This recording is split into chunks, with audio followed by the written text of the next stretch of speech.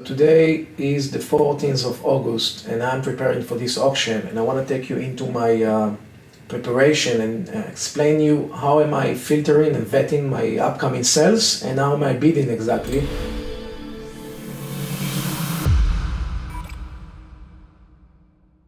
So basically all the auctions you're going to see on the website, you can have them on my Excel spreadsheet. The way it works is that I scrap the information into my Excel spreadsheet, including the MLS and pictures and all the information that I need to have handy and quickly.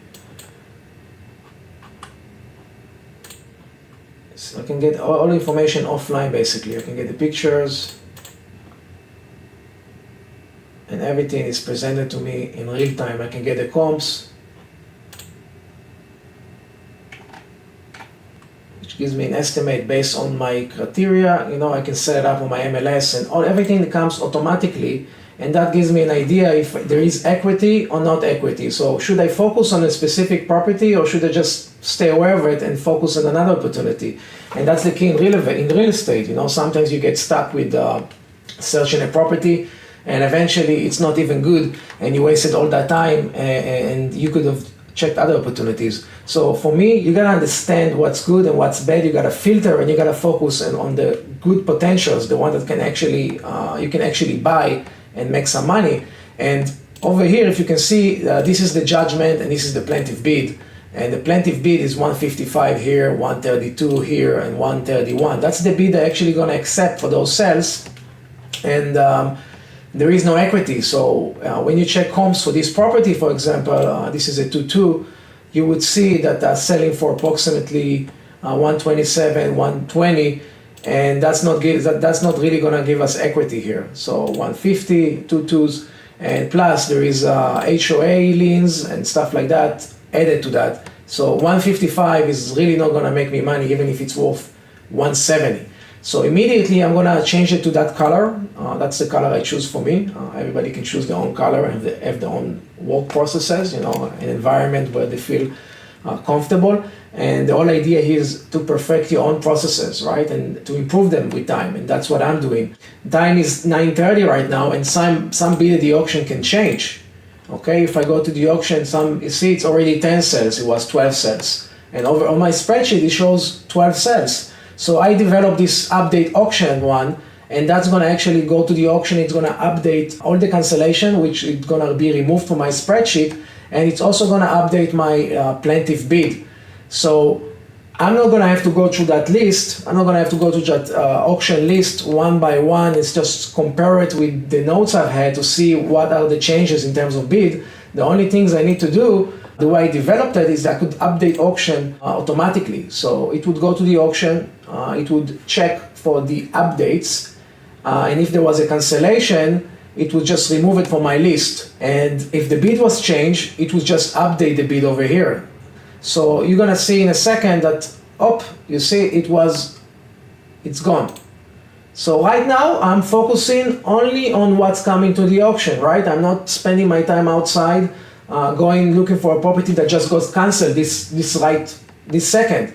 Okay, so if I'm a bidder, if I'm a professional bidder going to the auction and I'm thinking there is a property coming for sale and I didn't check that it was cancelled, nobody told me about this, I'm gonna be wasting my whole day right now checking a property that is not even come to the auction. So for me, I can get instant updates, okay, about what's coming and what's not. When you're on the field and you go and check properties, things can change, okay? Properties can get cancelled, the bid can change, a lot of things can happen, and the idea at the auction is to have the most information possible on one property. That's why it takes so much time before you place an actual bid, okay? Before you put your $100,000, your $300,000, you really want to check that property, right? So you're going to do all your efforts to make sure that that property is okay. But one of the obstacles we are facing here, that the auction is very dynamic. Okay, there's a lot of information changing, and if you're not aware of that, you're just going to be slower than everybody else, and you're not going to be able to check enough and recognize value. And the way I just ran this spreadsheet, it just eliminated for me 2 sales right now, and it gave me the most up-to-date bids. So if a bid is changed, it's going to update that bid, it's going to give it to me, and I'm going to be able to look at that bid right now, this second, and evaluate if it's worth pursuing. If it's worth pursuing, I'm gonna pick up my phone and I'm gonna send my guy right now to go to that property because the bid was just changed. And from that moment, I have only 30 minutes. Now it's 9:30. And in 30 minutes, the auction is gonna start. So if I'm not gonna make an action right now in accordance with the information that I retrieved automatically, then I'm also gonna stay behind. So for me, I need to be able to get the most information on specific properties, but also know that those properties are actually coming for sale and I'm not wasting my time. So let's forget about the time right now and just move on to why I'm marking those properties the way I'm marking those properties. Okay, why am I eliminating those? So this one we already understand that it's worth 150, so the bid 155 is not going to work for me. The same goes for here. This is a 2-2 condo coming for 132. Okay, assessed value is only 90. I can see pictures real quick, even in the BCPA, and that's not good for me, so I'm not just going to look at that. Same goes for that property, which come 131. It's kind of tight, but 131 plus renovations and the liens that I found property and the marketing fee, that's going to be very, very tight, and I'm not going to get into that risk. That a lot of people are going to be tempted in this one. I would not just buying it, but a lot of people might be tempted. Okay, this is another property that I analyze. I don't normally look at that neighborhood, but that's how it works. You know, you make sure you know your value. I put my value. The bid here is hidden, so nobody knows what the bid here. Okay, that's could be a great advantage because if you know your value and you're gonna put your top bid, the way I work, I put my top bid, and if I know it's good, I'm gonna put my top bid, especially because it's hidden. And the other bidders don't know if they're participating against a third-party bidder or the bank, which is great. And nobody wants to go against the bank because the bank has a full judgment and they can go as much as they want. So when you are bidding against a bidder, you know about it if the bid is not hidden. Okay, for example, I know the bid here for a fact is 131,700. If somebody gonna overbid that price, is gonna put a 131,800. Then I know it's a third party. If I'm gonna put my bid, I know I'm fighting with a third party. Over here, when it's hidden, I don't know who am I fighting with because the plaintiff can have like some sort of a reserve price, okay, like an eBay, for example, okay. He wants to get for this property maybe 180 and nobody knows about it, okay, and that property is worth 250. So for me to make 30% of my money, it's very simple. Okay, first thing first is you gotta check title, okay, but right now I'm just looking at the formula and I'm looking at values, so I'm not gonna look into title right now, even though I check title, and I'm gonna talk about title later on in the other cases that are coming. But here we're talking about mortgage foreclosure, which are first lien position of foreclosing. I already checked that. Same goes for here and same goes for here. So this property is, the final judgment is 260 and it's worth 250, so it's very close to its price, and that can create an opportunity here. For me to make my 30% on my money, I should be at around 182. Okay, if I'm taking into consideration that purchase price, I can move that property for 250, and I have another $10,000 in liens and renovations, so I'm going to have to buy it for 182, okay, and sell it at 250 to make my 30% here. That's going to be my bid. Okay, that's going to be my 30% bid. Now, not everybody is looking for 30%, especially if you are working on volume. Okay, it's if you have your system and you have your innovation crews, management company, brokerage, that's your added value. You know, that's your system.